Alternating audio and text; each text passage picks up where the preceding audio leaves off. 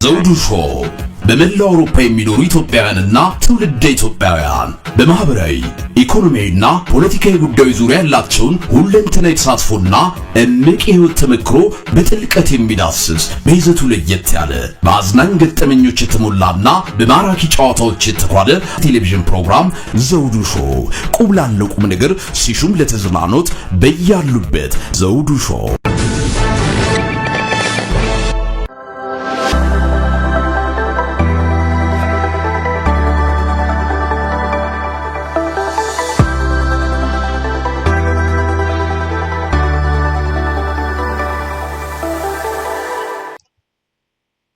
ሰላም ጤና ይስጥልን ክቡራን ተመልካቾቻችንና አድማጮቻችን፣ ዘውዱ መንግስቴ ነኝ ከዚህ ከአገር እንግሊዝ።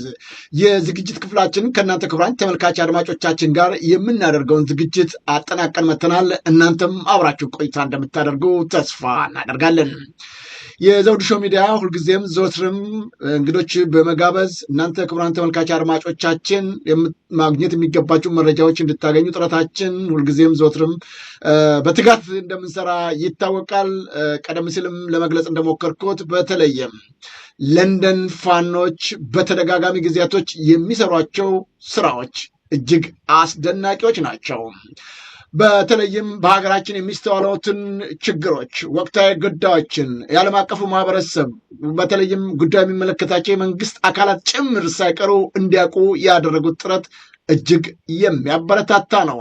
በሌላው ዓለምም የሚገኙት ኢትዮጵያኖች ከለንደን ፋኖች ይማሩ በሚል የዘውዱ ሾው ሚዲያ በተደጋጋሚ ጊዜ መዘገባችን የሚዘነጋ አይደለም። አሁንም ለንደኖች ታሪክ ሰርተዋል። በዚችው በታላቋ ብሪታንያ እንግሊዝ የማይደፈረው ወይም ደግሞ ምንም ነገር ሊደረግ የማይቻልበት ተቋም ከሆነው አንዱ አስገብተው መረጃቸውን በአማራ ሕዝብ ላይ እየተፈጸመ ያለውን ግፍና በደል በተመለከተ ማብራሪያ እንዲሰጣቸው ጠይቀዋል። በተለይም ለኢትዮጵያ ውስጥ የደረሰባቸውን ግፍና በደል በመቃወም አንዳንዶቹም ከሞት ተርፈው ራሳቸውን ለማዳን በተለያየ መንገድ ተጠቅመው እንግሊዝ ሀገር የገቡትን ስደተኞች ጭምር ሳይቀር እየተፈጸመ ያለው ነገር ተገቢነት የለውም። ይህ ትኩረት ሊሰጠው ይገባል። የአማራ ማህበረሰብ ከፍተኛ ችግር ውስጥ ነው ያለው።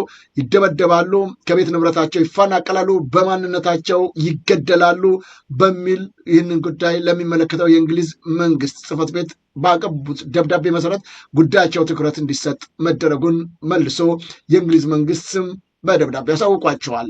ለመሆኑ እነዚህ ተግባራቶች በሚያከናውኑበት ጊዜ የገጠሟቸው ችግሮችስ ይኖሩ ይሆን ወይ? ሌላውስ በውጭ የሚገኙት የተለያየ ማህበራቶች በተለይም የአማራ ማህበራቶች ከለንደን ፋኖ ምንድን ነው መማር የሚገባቸው? እንደምታውቁት ከዚህ ቀደም እዚህ እንግሊዝ የሚኖረውና በኋላ ወደ አሜሪካን ሄዶ የነበረው የአማራ ተወላጅ ነው በማለት ወይም ከፋኖ ጋር ግንኙነት አለው በማለት ወደ ኢትዮጵያ ዲፖርት ወይም ደግሞ መመለሱ የሚዘነጋ አይደለም። ታዲያ በዛን ሰዓት ብዙዎች የብልጽግና ሰዎች የፋኖ አባል በመሆኑ ፋኖ ደግሞ ቴሮሪስት ግሩፕ ውስጥ በመመዝገቧ ምክንያት ተባረረ እያሉ ሲገልጹ እንደነበረ የሚዘነጋ አይደለም። ይሁን እንጂ የለንደን ፋኖች በስማቸው ተደራጅተው ተመዝግበው የዚህ ሀገር መንግስት አውቋቸው እንደገና ከእንግሊዝ መንግስት ጋር ሙግስ ገብተዋል። እውን በቴሮሪስትነት የሚታወቅ ከሆነ አሜሪካና እንግሊዝ ደግሞ የፖለቲካ ግንኙነታቸው ወይም ዲፕሎማሲያቸው የጠበቀ ነው። ይህ እንዴት አልሆነም? ሌሎችንም ጉዳዮች እያነሳን እንወያያለን። በተለያዩ የዓለም ግዛቶች እየተንቀሳቀሱ የለንደን ፋኖች የሰሯቸውን ገድሎች ጭምር ሳይቀር ዛሬ እናወራለን። ጉዳይ የሚመለከታቸውን የለንደን ፋኖችን ዛሬ አቅርቤላችኋለሁ። ሁለቱን እንግዶች ጋር የማደርገው ውይይት እንድትከታተሉ በማክበር እጋብዛለሁ።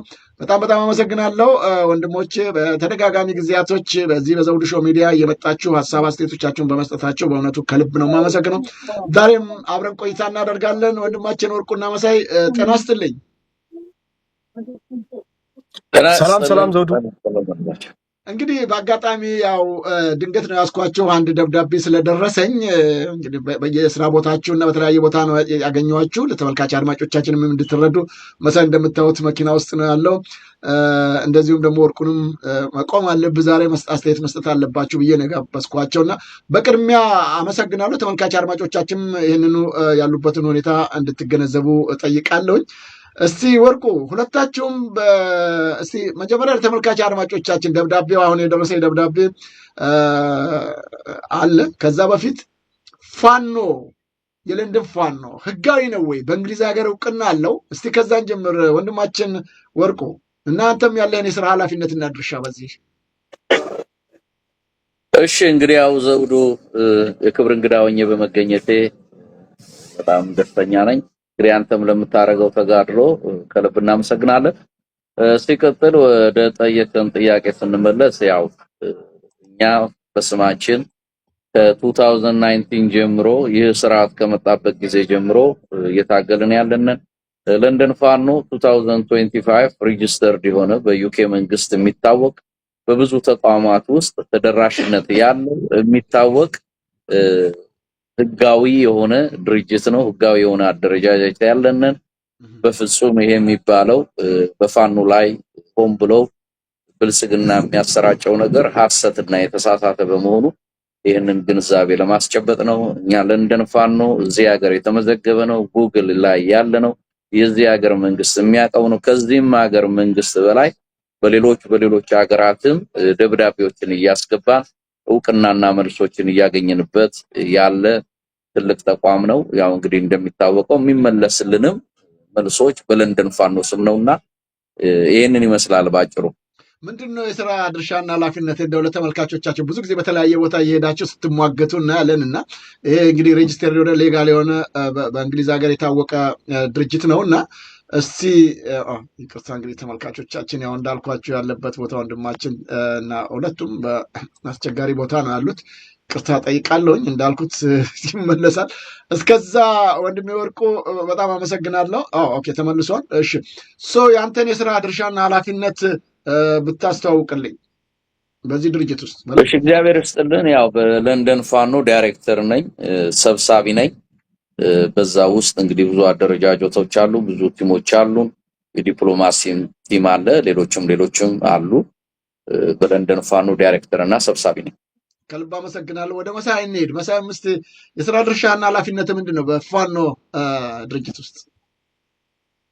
ሰላም ዘውዱ፣ እዚህ ጋብዘህ ስላመጣህን ከልብ እናመሰግናለን። ለምታደርገው ለአማራ ሕዝብ በየጊዜው ድምፅ ለመሆን የምታደርገውን ነገር ከልብ እናመሰግናለን፣ እናደንቃለን። እኔ የሥራ ድርሻዬ ሲኒየር የሕዝብ ግንኙነት ኃላፊ ነኝ። ዘውዷችን ከልብ አመሰግናለሁ ሁለታችሁንም። እንግዲህ ትልቅ ስራ ነው እየሰራችሁ ያላችሁት። በእውነቱ የሚደነቅ ነው። በጣም በርካታ ህዝብ እንኳን ሊሰራ የማይችለውን ነገር ነው በአጭር ሰው በጥቂት ሰው በጣም ትላልቅ ተግባራትን እየፈጸማችሁም የአብይ አህመድ ካቢኔ ጭምር እያፈረካከሳችሁት የምትገኙት ትልቅ ነገር ነው። በእውነት በጣም አመሰግናለሁ። እኔም እስቲ ወርቁ እንነሳ። ወደኋላ ከመሄድ በፊት ወደኋላ መለስበታለሁ። ሌሎች ጉዳዮችን እናነሳለን። ስለሰራችኋቸው ስራዎች አንድ ደብዳቤ ደርሶኝ ነበር። ለተመልካቾቻችንም በዜና ላይ በእርግጥ ሸፍኜዋለሁ፣ ከበሬ ሰጥቻለሁ። ይህ ደብዳቤ ደርሶናል። እንግሊዝ መንግስት እንግዲህ ቀላል ነገር አይደለም። በጣም ጥንቃቄ አድርጎ ብዙ ነገር ገምግሞ ነው ምላሽ የሚሰጠው። እንደዚህ ቀላል የሚሰጠው አይደለምና ከየት ክፍል ነው ደብዳቤ ይመጣላችሁ? ምንድነው መነሻ ምክንያታችሁ? መጀመሪያ እስቲ ወደኋላ ልምጣ። እናንተ ደብዳቤም ጽፋችኋልና ለዚህ ተቋም ደብዳቤውንም ለተመልካቾቻችን እናሳይ። የዚህ የደብዳቤው ዋና መንፈስ ምንድን ነው? ከዚህ ልነሳ። መጀመሪያ እስቲ ምን ነበር ለመጻፍ የተነሳሳችሁት? እሺ ያው በድጋሚ አመሰግናለሁ። ለመጻፍ የተነሳሳ ነው ያው እንግዲህ እንደሚታወቀው የአማራ ህዝብ አገር አልባ ሆኖ በስርዓቱ እየተጨፈጨፈና እየተገደለ እየተሰደደ ያለ ህዝብ ነውና በሚሄድበት ቦታ በሚሰደድበት ቦታ ህጋዊ ጥገኝነትን አግኝቶ ከለላ አግኝቶ ይህ ስርዓት እስከሚወገድበት ድረስ የአማራ ህዝብ በየትኛውም ዓለም እየተሳደደ ያለ ህዝብ ነው። ይህንን ግንዛቤ ለማስጨበጥና ስፔሻሊ ዩኬ ላይ የመጡ የአማራ ተወላጆች የደረሰባቸውን ግፍና በስርዓቱ እየተሳደዱ መሆኑን የሚያሳይ ብዙ አመላካቾች አሉ። ይህንን ደብዳቤ የመጀመሪያችን አይደለም። ከዚህ በፊትም 2-3 ጊዜ አስገብሰን 2025 ጁን ላይ የሰጡን መልስ አለ። ይህም መልስ ምንድነው? የአማራ ህዝብ እየተሳደደና አገር ውስጥ መኖር እንደማይችል የፋኖ ደጋፊ ነው በሚል እየተገደለ እየተሰደደ መሆኑን ይሄንን እውቅና ሰጥተውናል። ከዛም በኋላ ድጋሚ ደግሞ ይሄንን ካላችሁንስ አሁንም ደግሞ የአማራ ህዝብ እየተሰደደ ነው፣ መግቢያና መውጫ ያጣ ህዝብ ነው። በየትኛውም ዓለም በሚደርስበት ቦታ ጥገኝነት ሊሰጠው ይገባል የሚል ደብዳቤ ነው ያስገባ ነው። በዚህም መሰረት እንግዲህ ይሄንን የመሰለ ጥሩ አጥጋቢ መልስ ሰጥተውናል የሚል እምነት አለ። በጣም አመሰግናለሁ መሳይ። በዚህ ላይ የምንጨምረው ካለ እንቀጥል። ከሆም ኦፊስ እንግዲህ ሆም ኦፊስ እንደሚታወቀው እንግሊዝ ሀገር የሀገር ውስጥ ጉዳይ ሚኒስቴር ኢትዮጵያ እንደምንለው ማለት ነው። በተለይም የሰዎችን የጥገኝነት ጥያቄ በማየትና በመገምገም ውሳኔ የሚሰጥ ትልቅ ተቋም ነው። ሆም ኦፊስም ብዙ ጊዜ ማንም አይደፍረውም በፍርድ ቤት ካልሆነ በስተቀር እንደውም የተለያዩ ሚኒስቴር መስሪያ ቤቶች ጭምር ሳይቀሩ ሊደፍሩት የማይገባ ተቋም ነው እና አሁን ከዚህ ተቋም ጋር ነው ንግግር እያደረጋችሁ የምትገኙትና ምንድን ነው የምትጨምረው በዚህ ጉዳይ ነው? ኦኬ፣ አመሰግናለሁ ወርቁ ወንድሜ።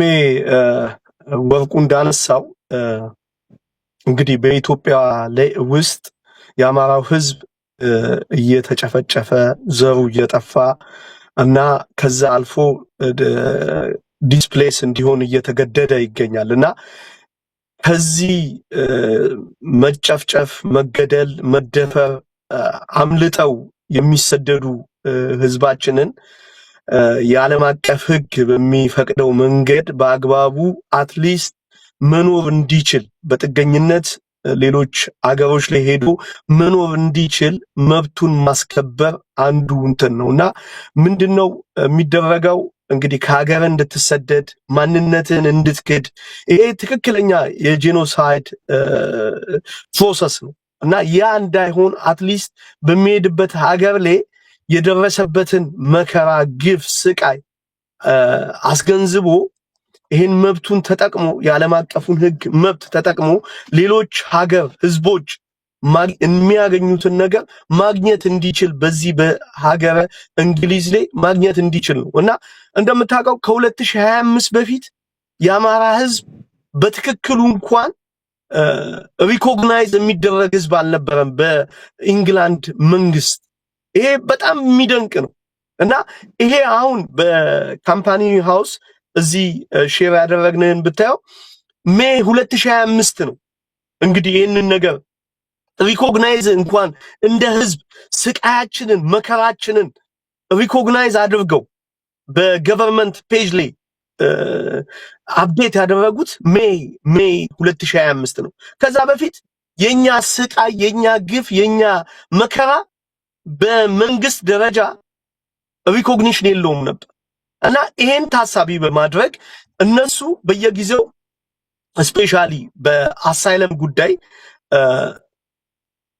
ሲስተማቸውን ፖሊሲያቸውን አፕዴት ያደርጋሉ እና ያን በተመለከተ ሪሰንትሊ እንደሚታወቀው የፋሚሊ ሪዩኒየን እንዳይሆን ይወሰኑት አለ እና ያ አሁን እንደ አንድ ህዝብ ያሳስበናል። ለምን እዚህ የተሰደዱ ልጆች ወገናቸው እዛ ከዚህ የሚተርፈውን ከዚህ ስቃይ እስር ቤት ውስጥ ያሉ አሉ፣ በስቃይ ያሉ አሉ፣ የማያገኟቸው አሉ፣ በጫካ በምን ተጥለው ያለ አሉ እና እነዚህን ቀይ መስቀል ሪዩኒየን እንዲፈጠር እና ወደዚህ ማምጣት እንዲችልላቸው የዓለም አቀፍን ህግ በማሰብ ይሄንን ነው የጠየቅነው እና ደግሞ እነሱም እዚህ ቦታ ላይ የፕሮቴክሽን ማግኘት እንዲችሉ በዚህ በአሳይለማቸው ኬዛቸው ኢንዲቪጁዋሊ እንዲታይላቸው በአግባቡ ነው የጠየቅነው። ለዚህ ነው እነሱ ምላሽ የሰጡት። ወንድሜ ዘውዱ አመሰግናለሁ። እንግዲህ ጉዳዩን አይተነዋል፣ በደንብ እንድናስብም አድርጋችሁናል፣ አንዳንድ ነገሮችም እንዲታይ ይደረጋል የሚል ምላሽ ሰጥተዋል። በጣም የሚያበረታታ ነገር ነው። ይህንን አስባችሁና አቅዳችሁ ለማስፈጸም ያደረጋችሁ ጥረት የሚያስመሰግን ነው። እንግዲህ ከዚህም በዘለለ በተለያዩ አካባቢዎች ላይ የሚደረጉ ትንቅንቆች ነበሩ። በተለይም ይህንን ስርዓተ መንግስት ለማጋለጥ በጣም ብዙ ቦታዎች ሄዳችኋል፣ ጥረትም አድርጋችኋል። ይሁን እንጂ በአሜሪካን መንግስት እንደምታስታውሱት ምስሉን ለተመልካቾቻችን እናሳያ። ብዙዎቹ ከዚህ ቀደም ያዩት ይመስለኛል። የወንድማችን ሰለሞን እዚህ እንግሊዝ ነበር የሚኖረው። አሜሪካ ከገባ በኋላ እንደገና ቴሮሪስት ነው በሚል ወይም ደግሞ ከአሸባሪ ቡድን ጋር ከፋኖ ጋር አብሮ ይሰራል በሚል ዲፖርት ተደርጓል የሚሉ የተለያዩ ነገሮች ተስተውለዋል። እና መጀመሪያ ምናልባት ሰለሞንን ከዚህ ቀደም የምታውቁት ከሆነ ከሱ እንነሳና ከዛ በኋላ የተመለሰበትን ጉዳይ በተመለከተ እንዴት አያችሁት? ወርቆ እንደሚቀጥል። እሺ ያው እንግዲህ እንደሚታወቀው ሰለሞን እዚህ በነበረበት ሰዓት የትግል አጋራችን ነው፣ ወንድማችን ነው። ለአማራ ህዝብ መክፈል ያለበትን መስዋዕትነት ከፍሏል። እኛ ባለን አመለካከት ግን ወደ ኢትዮጵያ የተመለሰው ፋኖ የሚለውን በዛ አይመስለንም። ለምን ከዚህ በፊታት ከሰባት ጊዜ በላይ በአሜሪካን ኤምባሲ ሰልፎችን አድርገን ለአሜሪካ መንግስት አሳውቀናል። ፋኖ ማለት የነጻነት ታጋይ እንደሆነ፣ ፋኖ ማለት ዶክተር፣ ፕሮፌሰር፣ ገበሬ፣ ተማሪ እንደሆነ፣ ይህ ፋኖ ማለት አደጋ በመጣበት ጊዜ አማራን ህዝብ የሚከላከል ህዝብ ነው በሚል አሳውቀን ብዙ ጊዜ መልሶችንም አግኝተናልና ወንድማችን ላይ የደረሰው ነገር ያሳዝነናል። ግን መታወቅ ያለበት ብየኔ እንደግል ማስበው ፋኖ በቴሮሪስት ወይንም ደግሞ ብልጽግና በሚለው አይነት መልኩ የተቀመጠ እንዳልሆነ ይሄንን ለማረጋገጥ ነው። እንግዲህ የትም ሀገር የራሱ አሰራር አለው፣ የአሳይለም አሰራር አለው፣ ሌሎችም ሊኖሩ ይችላሉና በዛ ሂደት ውስጥ ያለውን የምናውቀው ጉዳይ የለም። ግን የምናውቀው ጉዳይ አለ ብለን የምናምነው ፋኖ በየትኛውም ዓለም በቴሮሪስትም በምንም መንግስት በሚለው በሚያራግበው ሚዲያ እንደተዘገበው በዛ አይነት መልኩ የሚታይ አይደለም። ፋኖ አሸባሪ ቢሆን የመጀመሪያዎቹ አሸባሪዎች እኛ ነን እና እዚህ እንግሊዝ ሀገር ላይ በህጋዊ የተንቀሳቀስን በህጋዊ ፋኖንን የሚል ቲሸርት ለብሰን እየዞርን ያለን ሰዎች በነጻነት ምን እንግሊዝና አሜሪካን አንድ አይነት ፖሊሲ አንድ አይነት ህግ ያላቸው ሀገሮች ናቸው። ስለዚህ በዛ አይነት መልኩ ምልከታ ውስጥ የገባው ስህተት እንደሆነ በዚሁ ለማረጋገጥ ወዳለው ወንድማችን ላይ በደረሰው ከልብ እናዝናለን። የትግራይ አጋራችን ነው። እንግዲህ ባለበት ሰላም ይሁን፣ ሰላሙን እንመኝለታለን። አመሰግናለሁ ወርቁ። ወደ መሳይ በዚህ ላይ የምታክለው ካለ እናዳምጥና ወደ ሌሎች ጥያቄዎቻችን እናመራለን። ያው ወንድሜ ወርቁ ወደ አስቀምጦታል። በዚህ ላይ ሌላ ተጨማሪ የምለው ነገር የለም። ዘውዱ ቴንክ አመሰግናለሁ። እንግዲህ ይሄንን ተጋድሏችሁን በተለይ መንግስትን ገበና በማጋለጥ የተለያዩ ቦታዎች ላይ እንደምትንቀሳቀሱ ይታወቃልና አንዳንድ ምስሎች አሉ። ከዚህ በፊትም በእርግጥ ያቀረብኳቸው አሉ። የመንግስት ተቋማቶች፣ ድርጅቶች ላይ ኢትዮጵያን በማጋለጥ በኩል በርካታ ስራዎችን እንደሰራችሁ ይታወቃል። በተለያዩ ቦታዎች በመገኘት ይህ ምስል እንደምታየው ከዚህ ቀደም በተለይም በርካታ ጋዜጠኞች በተገኙበት ዓለም አቀፍ ዲፕሎማቶች ባሉበት ሁሉ እየቀረባችሁ ነው አስተያየት የምትሰጡት። እስቲ ከዚህ እንነሳ። እዚህ ላይ አንዳንድ አስተያየት ስትናገር እሰማለሁ። መሳይ እስቲ እናዳምጠው ለተመልካቾቻችንና እንመለስ። Stop Amara genocide. Respect, brother. There is a genocide going on in Ethiopia. We have got a protest on Marshall Street tomorrow. Come report us. The last 3 years we have done a protest. We have never seen BBC. We have seen The Guardian. Where are you? Shame on you, all the journalists. Shame on you. I'm so sorry. We respect Mara people. Yeah, we living. There is a genocide. We have got a protest. እንግዲህ መሳይ እዚህ ላይ በርካታ ሰዎች በተገኙበት ነው ይህንን ተቃውሞ ስታስደምጥ የሰማሁትና የት ነው ምንድን ነው ምክንያቱ? የተሰበሰቡበት ሰዎች ምናልባት እነዚህን ሰዎች ትልልቅ የስራ ኃላፊነት ላይ ያሉ ናቸው? ጉባኤው ምን ነበር? ስብሰባው ምን ነበር? በምን ጉዳይ ላይ ነበር የተሰባሰቡትና ይህንንስ መረጃ እንዴት ልታካፍል ቻልክ? ፖሊስ ራሱ እዛ አለ፣ ግን ምንም ያደረገ ነገር የለም እንዳየሁትና ተጽዕኖ አልደረሰብን። እስቲ ትንሽ አብራራው።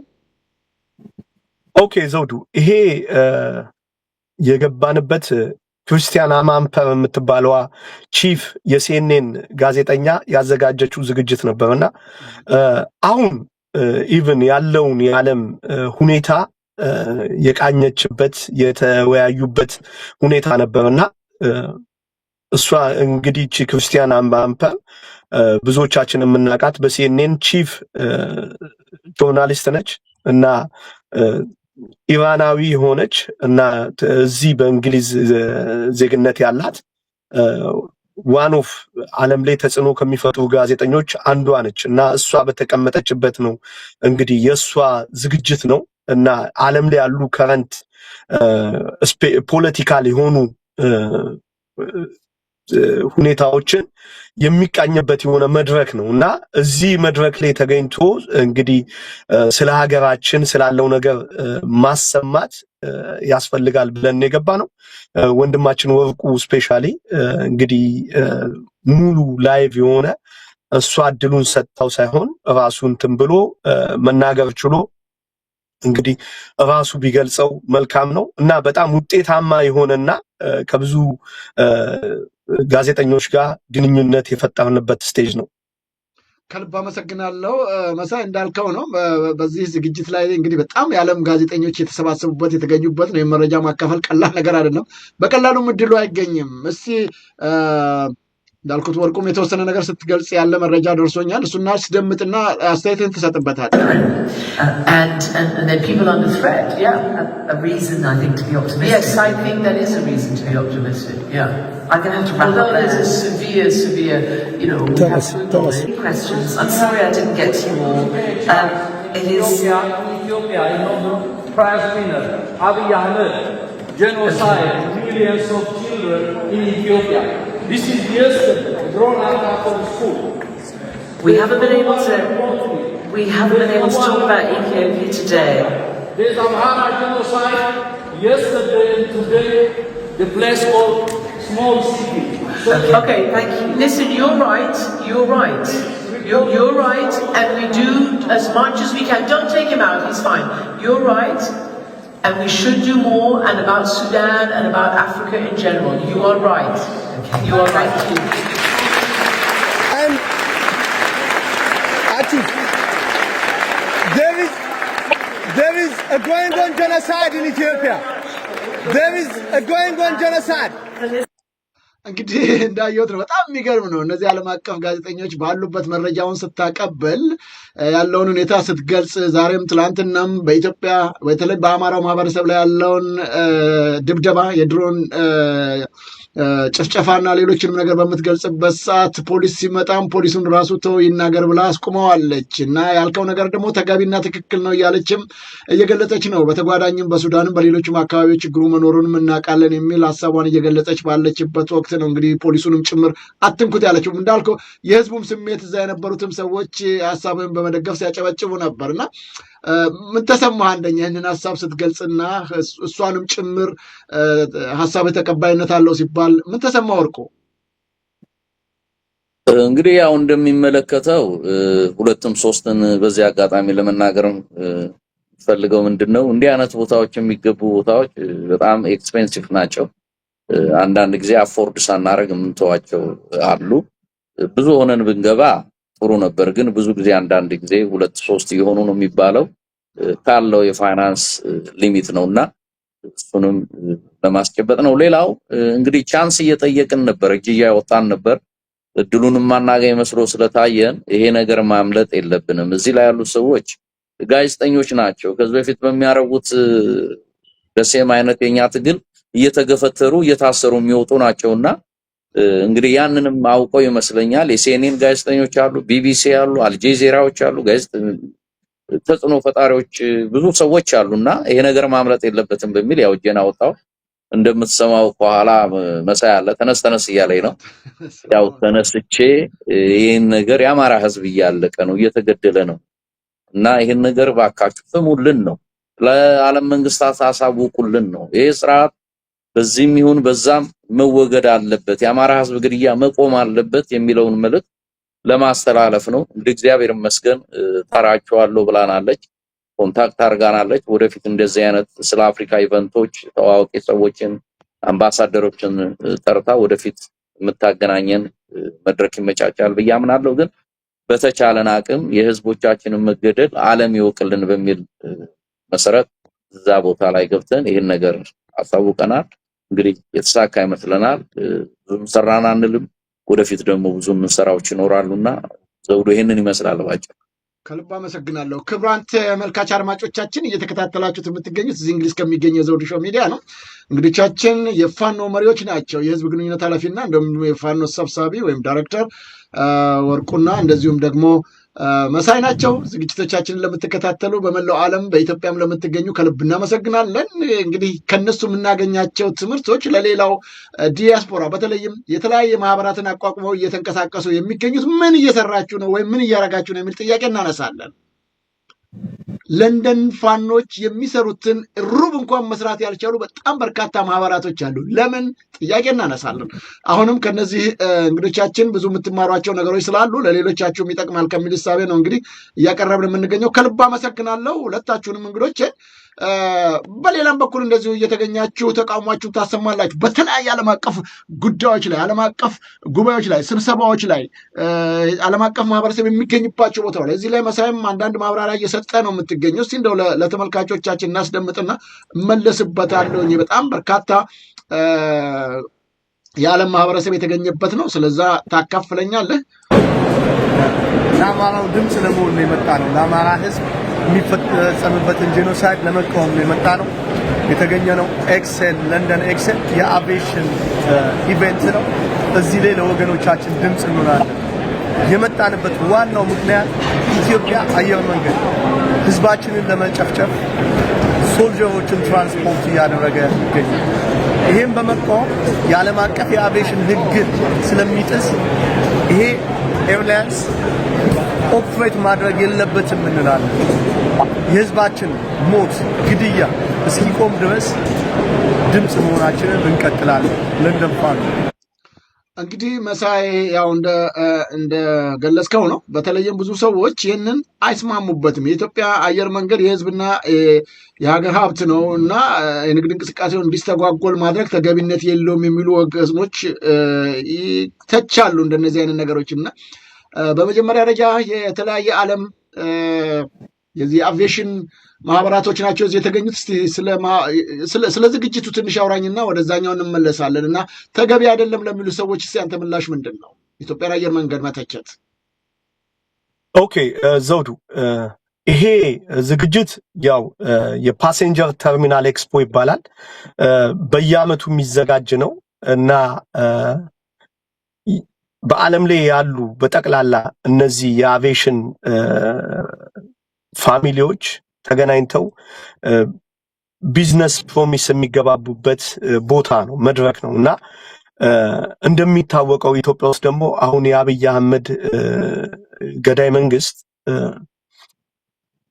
አዲስ ተርሚናል ለመስፋት በደብረ ዘይት ላይ በ9 ቢሊዮን ዶላር ኦልሬዲ ስራውን ጀምሯል እና ይሄ ህዝብ እየሞተ ህዝብ እያለቀ ሰው የሚበላው በሌለበት ሀገር ላይ እንደነዚህ አይነት ፕሮጀክቶች ቀዳሚ የሚሆኑ ፕሮጀክቶች አሉ።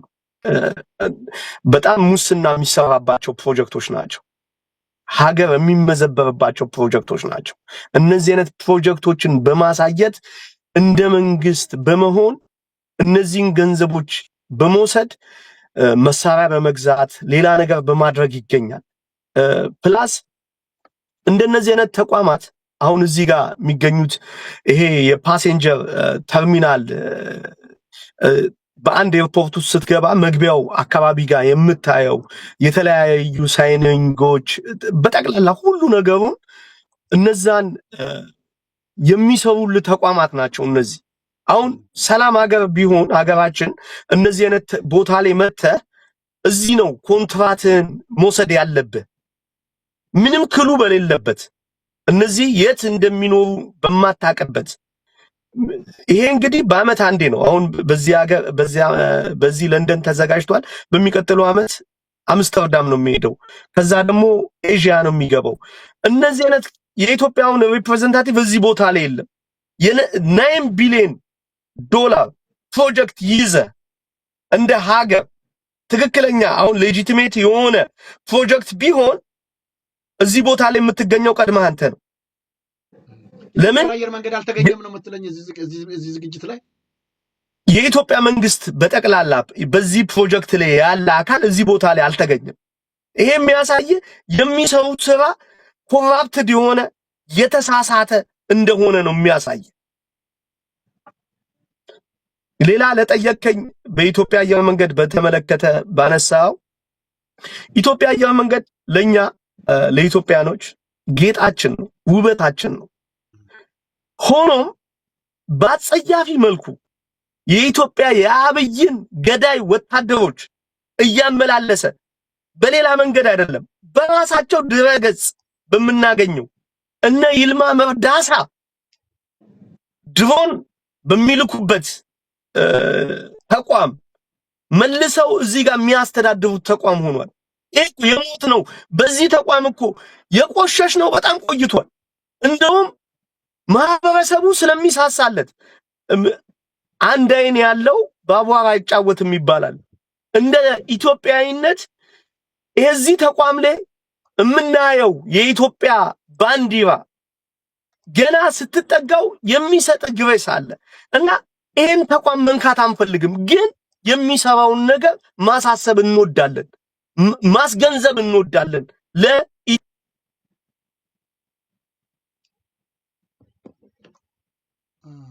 ተቋርጠሃል።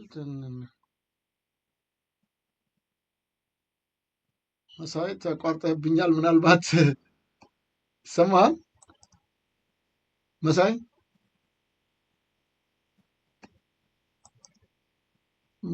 ኦኬ ተመልካቾቻችን መሳይ ተቋርጦብን ነው። እንግዲህ ለማሳየት እንደሞከርኩት እንደምታዩት የኢትዮጵያን አየር መንገድ በዚህ ሁኔታ መከላከያን እየጫነ እንግዲህ ወደ አማራ ክልል ሲሄድ ነው የሚታየው ምስል። እንደምታዩት በዚህ ሁኔታ እየጫነ እያጓጓዘ ንጹሃን እንዲጨፈጨፉ የሚያደርገውን ነገር ተገቢነት የሌለው ነው በሚል ነው እንግዲህ እየተቃወመ ያለው።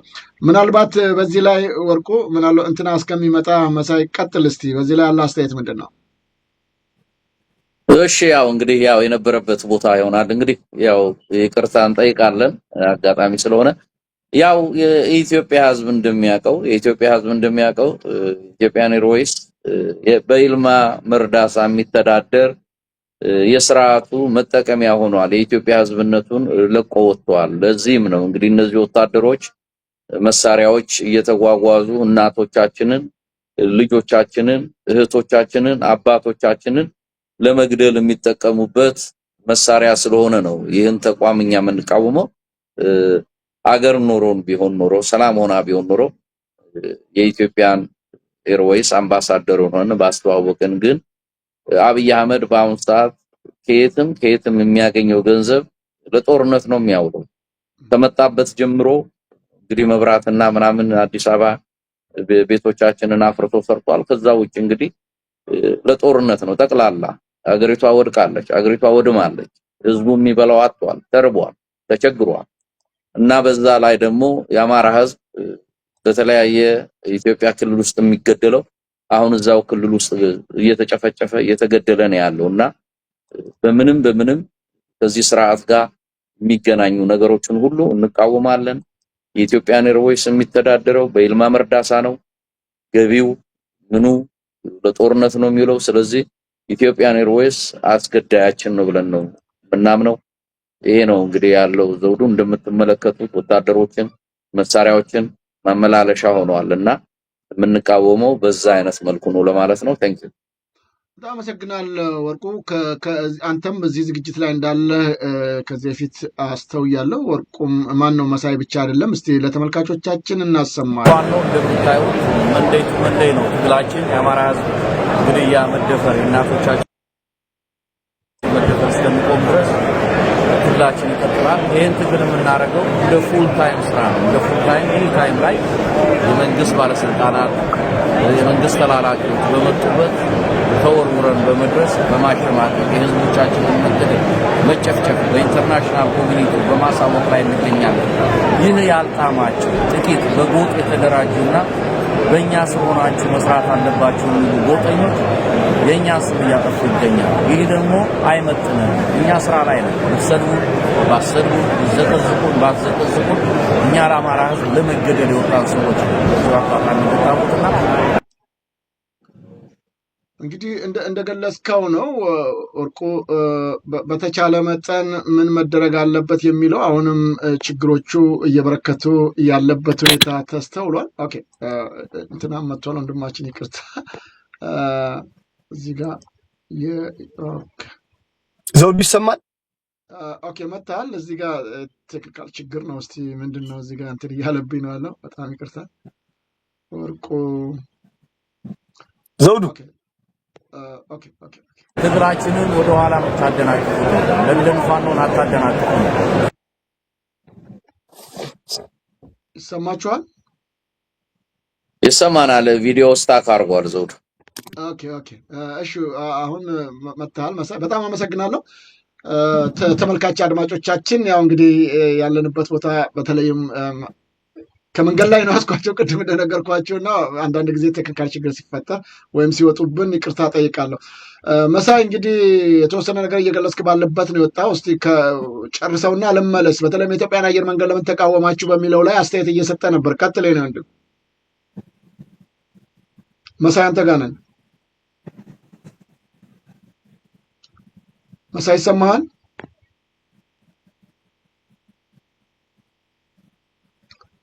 መሳይ እየሰማን አይደለም መሰለኝ። ይሰማሃል መሳይ? ተመልካች አድማጮቻችን ስለተፈጠሩት የቴክኒካል ችግሮች አሁንም ይቅርታ ጠይቃለሁኝ። በኢትዮጵያ የሚስተዋሉትን ችግሮች በተመለከተ ወንድሞቻችን በተለያየ ቦታ እየሄዱ የሚያደርጓቸው ተጋድሎች ወይም የዚህን መንግስት ገበና በማጋለጣቸው በጣም ትልቅ ስራ እየሰሩ ነው የሚገኙት። አብይ አህመድ ከሚፈራቸውና ከሚጨነቅባቸው አንዱም የዓለም አቀፉ ማህበረሰብ በተለይም ሚኒስትሪ ሚዲያዎቹ ጋዜጠኞችም ጭምር እንዳያውቁ ለማድረግ ያደረገው ጥረቶችን እያከሸፉ ነው የሚገኙትና ወርቁ ቅድም አንድ ነገር ተናግረ ነበር። በተለይም ይህንን ችግር በተመለከተ ስራዎቻችን ስንሰራ እንቅፋት የሚፈጥሩ አካሎች አሉ የሚል ሀሳብ ሰጥተ ነበርና ምንድን ናቸው የተነሱት? እንደዚህ ለምትደግሞ ለምትለፉት ነገር ሪኮግኒሽን። ያው እንግዲህ በድጋሚ አመሰግናለሁ። ያው እንግዲህ ብልጽግና የራስ ምታት ሆነንበታል። እንደሚታወቀው በሚገባበት በሚወጣበት መግቢያና መውጫ አፈናፍነነዋል። እንግዲህ ያው ዘመቻዎችን አንዳንድ ያስከፍታል። ያንን ለማመላከት ነው ቅድም የተናገርኩት። እንግዲህ ትግል ላይ ነን ያለነውና ስትታገል ደግሞ ብልጽግና በየትኛውም ዓለም እንግዲህ ገንዘቡንና ወታደሮቹን ልኮ ያው አንዳንድ ስም ማጥፋቶች ይኖራሉ። በዛ ግን እኛ ሬዲ ስለሆንን ምንም ችግር የለብንም። ያንን ለማመላከት ነው ቅድም የተቃቀስኳቸው ነገሮች። አመሰግናለሁ። እንግዲህ ከምትቃወሙባቸው አንዱም እዚሁ እንግሊዝ ሀገርም በሌሎችም አካባቢዎች ነው። እዚህ ለንደንም በኤምባሲው ጭምር ሳይቀር ተቃውሟችሁን ማስደመጣችሁ የሚዘነጋ አይደለም። ከዚህ ቀደምም በተደጋጋሚ ጊዜያቶች ችግሮቹን በትክክል እያብራራችሁ እየገለጻችሁ ያላችሁበት ሁኔታ እንደነበረ የሚዘነጋ አይደለም። ይህም የለንደን ፋኖ ነው እንግዲህ ይህን ዝግጅት ያቀረበውና ምን ነበር በዚህ ጊዜ የተደረገው? እስቲ ስለዚህም ትንሽ ብታብራራልኝ። ምን ነበር የሰልፉ ዋና ዓላማ እዚህ በለንደን የኢትዮጵያን ኤምባሲ? ይህ እንግዲህ ዘውዱ ትንሽ ድምፅ ራቅ ብሎብኛል። ያው በቻልኩትን ያህል ሰምቻለሁ። ይህ የአዘርባይጃን ኤምባሲ ላይ ያዘጋጀነው ሰልፍ ነው። አብይ አህመድ አዘርባይጃን በገባበት ሰዓት ላይ እንግዲህ ለንደን ፋኖችን ጠርተን በነጋታው ሰልፎችን አዘጋጅተናል፣ ደብዳቤዎችን አዘጋጅተናል፣ ለነበረው አምባሳደር ሰጥተናል። የአዘርባይጃን መንግስት ያው በኢትዮጵያ ህዝብ ላይ እየተደረገ ያለውን ጭፍጨፋ፣ ወገኖቻችንን መገደል መሳሪያ በማቀበል ስርዓቱን እየደገፈ ይገኛልና ምንም አይነት የመሳሪያ ሽያጭ እንዳያረግ፣ ህዝብ እያለቀ እንደሆነ፣ ህዝብ እየተገደለ እንደሆነ፣ ህፃናት እየሞቱ እንደሆነ፣ እናቶች እየተደፈሩ እየተገደሉ በስርዓቱ እንደሆኑ የሚያሳዩ ብዙ ፎቶዎችን ብዙ ደግሞ በጽሁፍ የተጻፉ ደብዳቤዎችን ያው ቅድም መሳይ እንደተናገረው የዲፕሎማሲ ቲም እነ መሳይ ናቸው። እንግዲህ እና አቀነባብረው ደብዳቤ አዘጋጅተን ለኤምባሲው አስገብተናል። ያንንም እንግዲህ እናሳውቃቸዋለን የሚል ኢሜል አድርገውልናል። መልሳቸውን እየጠበቅን ነው። በጣም አመሰግናለሁ መሳይ፣ ወንድማችንም ገብቷል። ከልብ አመሰግናለሁ። እንግዲህ ችግር ውስጥ እንዳለህ እረዳለሁኝና በዚህ ጉዳይ ላይ ምንድን ነው የምትለው? አዘርባይጃን መንግስት በኢትዮጵያ ያቀረበውን ወይም ደግሞ ከዚህ ክዳል መንግስት ጋር ስለሰሯቸው ስራዎች በተመለከተ ተቃውሞ አድርጋቸዋል። በተጨማሪም ደብዳቤ እንደገባው ወርቁ እየገለጸልኝ ነው ያለው። በተጨማሪ በዚህ ላይ የምታክለው ነገር ካለ ድሉን ላንተ ልስጥ።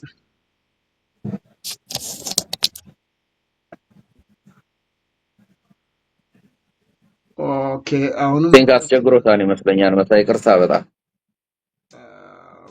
እያስቸገረው ነው ያለው። እሺ በጣም ተመልካቾቻችን አሁንም በድጋሚ ይቅርታ እንጠይቃለን ስለተፈጠረው ነገር። እንግዲህ እያስቸገረው ነው፣ ድምጻችንንም እየሰማ አይደለም ይመስለኛል። ወርቁ እንግዲህ ወደ ሌሎቹ ነገሮች እናምራ። ይህንን በተመለከተ በርካታ ስራዎች እየሰራችሁ ነው የምትገኙት። የኢትዮጵያ መንግስት ግን አሁንም ምርጫ ማድረግ ይፈልጋል፣ ያቀደበት ሁኔታ አለ። በአማራ ክልል ከፍተኛ ተቃውሞዎች ተደርገዋል። ህዝቡ በነቂስ ወጥቶ ተቃውሞውን አቅርቧል። በምን ተአምር ከዚህ በኋላ በአማራ ግዛት ውስጥ ምርጫ የሚባል ነገር አይኖርም በሚል ተቃውሟቸውን ገልጸዋል። እንደምታየው በምስሉ ላይም እጅግ ቁጥሩ የበረከተ የአማራ ማህበረሰብ ተቃውሞውን እያቀረበ ነው የሚገኘውና ይህንን ሰልፍ ያየህ የሰማህም ይመስለኛል፣ ያስተላለፉትን መልእክት ጭምር ሳይቀር። ምክንያቱም አብይ አህመድ ይውረድ፣ ከዚህ በኋላ በምንም ተአምር ይህን ስርዓተ መንግስት አንቀበልም የሚል መፈክርም አሰምተው፣ ምናልባት ለተመልካቾቻችን ላልሰሙ ካሉ ድምፁን ላሰማ መሰለኝ። ምርጫችን ፋኖነት ነው። አብይ አህመድ ገዳይ ነው። ምርጫችን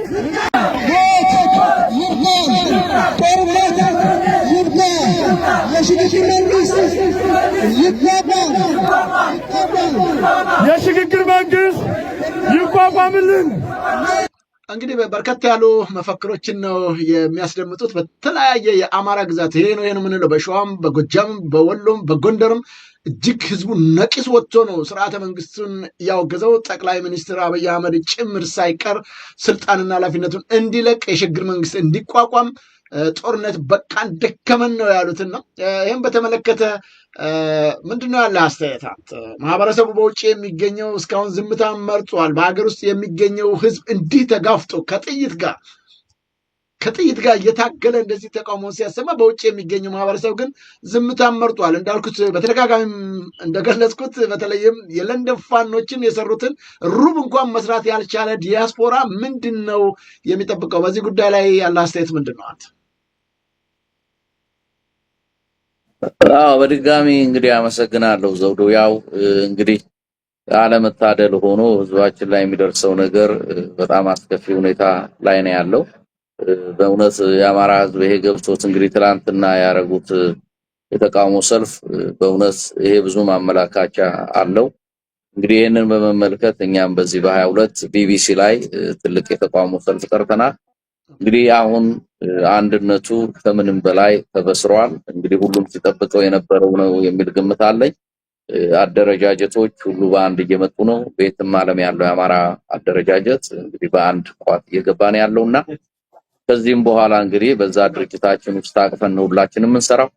እንግዲህ ከዚህ በኋላ ካሁን በኋላ በመላው ዓለም ያለው አማራ ቁጭ ይላል፣ ይሄንን ነገር ዝም ብሎ ይመለከታል የሚል አመለካከት የለኝም።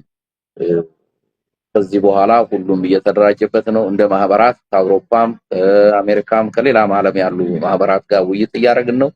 ከዚህ በፊት እንዳደረግናቸው ብዙ ታላላቅ ትዕይንቶችን፣ ሰልፎችን፣ የተቃውሞ ሰልፎችን በመላው ዓለም ፕላን ያደረግናቸው አሉ። እነሱን እንግዲህ ሲፈጸሙ እናሳውቃለን። ህዝቡ ተነስቷል፣ ገብቶታል። እናቶች የተደፈሩ፣ ህፃናቶች የተደፈሩ፣ የአማራ ህዝብ ችግር ውስጥ እንዲወርቅ በድሮን በጀት በእግረኛ እየተቀጠቀጠ እየተገደለ ነውና ይሄ ያለገባው መቼም ህዝብ አለ ብዬ አልገምትም። እኔ ምክንያቶች ናቸው ብዬ የምገምተው የነበረው ከዚህ በፊት እንግዲህ ወደ አንድነት የመምጣት ችግር ይመስለኛል። አሁን ግን ወደ አንድነት ተመጥቷል። ሁሉም ደስተኛ ነው። ከዚህ በኋላ ለመታገል ሁላችንም ደስተኞች ነን የሚል አመለካከት አለ። ከልብ አመሰግናለሁ ወርቁ። መሳይ ይሰማሃል? አሁንም ገብተሃል ግን ይሰማሃል? መሳይ ድምፅህ አይሰማንም እኛ ጋር። እንግዲህ በጣም አዝናለሁኝ። ሄሎ መሳይ። ኦኬ እየረበሸው ነው እንግዲህ መሳይ፣ ምንም ማድረግ አንችልም ወንድሜ ወርቁ። በዚሁ እንግዲህ ተጨማሪ አስተያየቶችን ልቀበልና እንቋጫለን። ይህንን ተቃውሞ ሰልፉን በተመለከተ አሁን እንደገለጽከው በቢቢሲ ኦፊስ እንደምታቀርቡ ገልጸሃልና መቼና እንዴትስ ይህንን ሰልፍ እንዲቀላቀሉ ምናልባት በዚሁ አጋጣሚ የምትሰጠው መልእክት ካለ እንቀበልህ። መሳይ ይሰማሃል? መሳይ እንግዲህ እየተንቀሳቀሰ ነው፣ ግን እኛን እየሰማን አይደለም። በጣም ያሳዝናል። ዛሬ መሳይ ይሰማል? ዘውዱ እኔ እየሰማው አይደለም፣ አይሰማኝም እና ለዛ ነው በጣም ያሳዝን። ኦኬ እኔ ጋር ድምጽ እየመጣ አይደለም እዛ። ኦኬ እንግዲህ ምንም ማድረግ አልቻልንም። የኛም መልእክት እየሰማን አይደለም፣ ለምን እንደሆነ አላውቅም። የሆነ ቦታ ችግር ገጥሞታል ማለት ነው፣ ወይ የተቋረጠ ነገር አለ። መሳይ እንግዲህ እኛ እየሰማን አይደለም፣ ያንተ ይሰማናል፣ ግን የኛን እየሰማን አይደለም። ለማንኛውም እስቲ በውስጥ መስመር ልሞክርለት። እሺ እስከዛ ወርቆ ወንድሜ የመጨረሻ አስተያየትን ልቀበል። ምንድነው ከዚህ ስብሰባ ላይ ምንድነው ሰላማዊ ሰልፍ ስታደርጉ ምናልባት በዚሁ አጋጣሚ መረጃ መስጠት ከሆነ እድሉን ልስጥህና ሰው እንዴት ነው ሊያገኛቸው ሰልፉ ላይ እንዴት ነው መቀላቀል የሚችለው? እሺ ዘውዱ አመሰግናለሁ። ያንተ ድምጽ በጣም ርቆናል። እየታገልኩ ነው የምሰማው።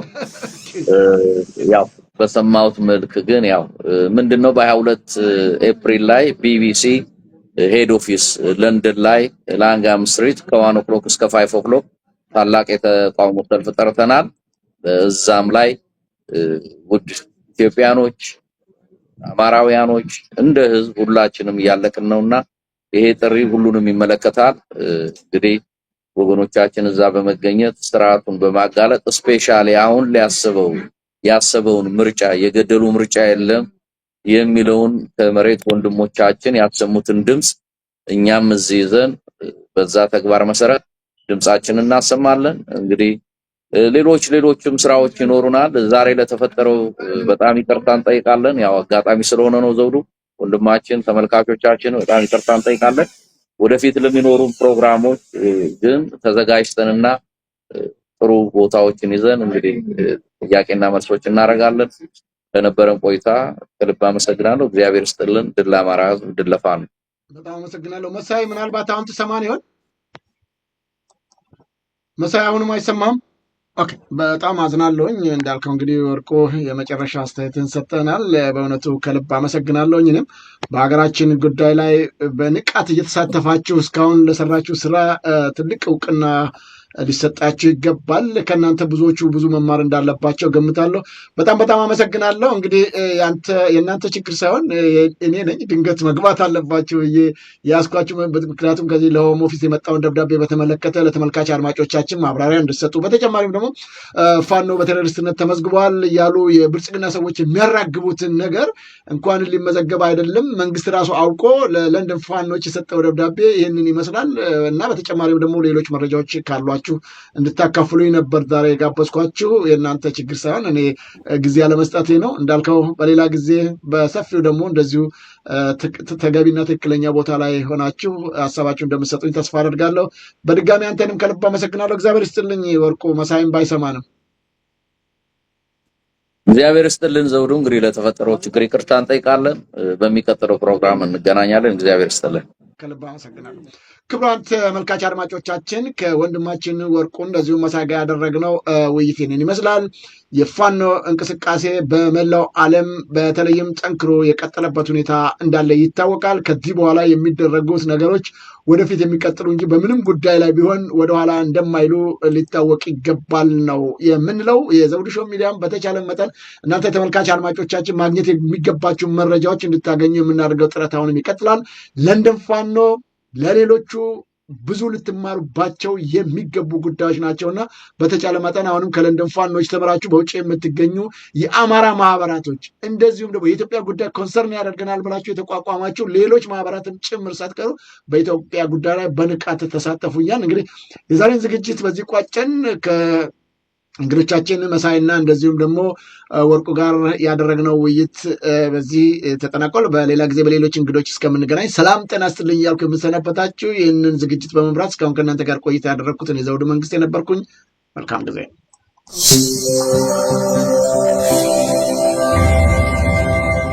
ዘውዱ ሾው በመላው አውሮፓ የሚኖሩ ኢትዮጵያውያንና ትውልደ ኢትዮጵያውያን በማህበራዊ ኢኮኖሚያዊና ፖለቲካዊ ጉዳዮች ዙሪያ ያላቸውን ሁለንተናዊ ተሳትፎና እምቅ የህይወት ተመክሮ በጥልቀት የሚዳስስ በይዘቱ ለየት ያለ በአዝናኝ ገጠመኞች የተሞላና በማራኪ ጨዋታዎች የተኳለ ቴሌቪዥን ፕሮግራም ዘውዱ ሾው ቁም ላለው ቁም ነገር ሲሹም ለተዝናኖት በያሉበት ዘውዱ ሾው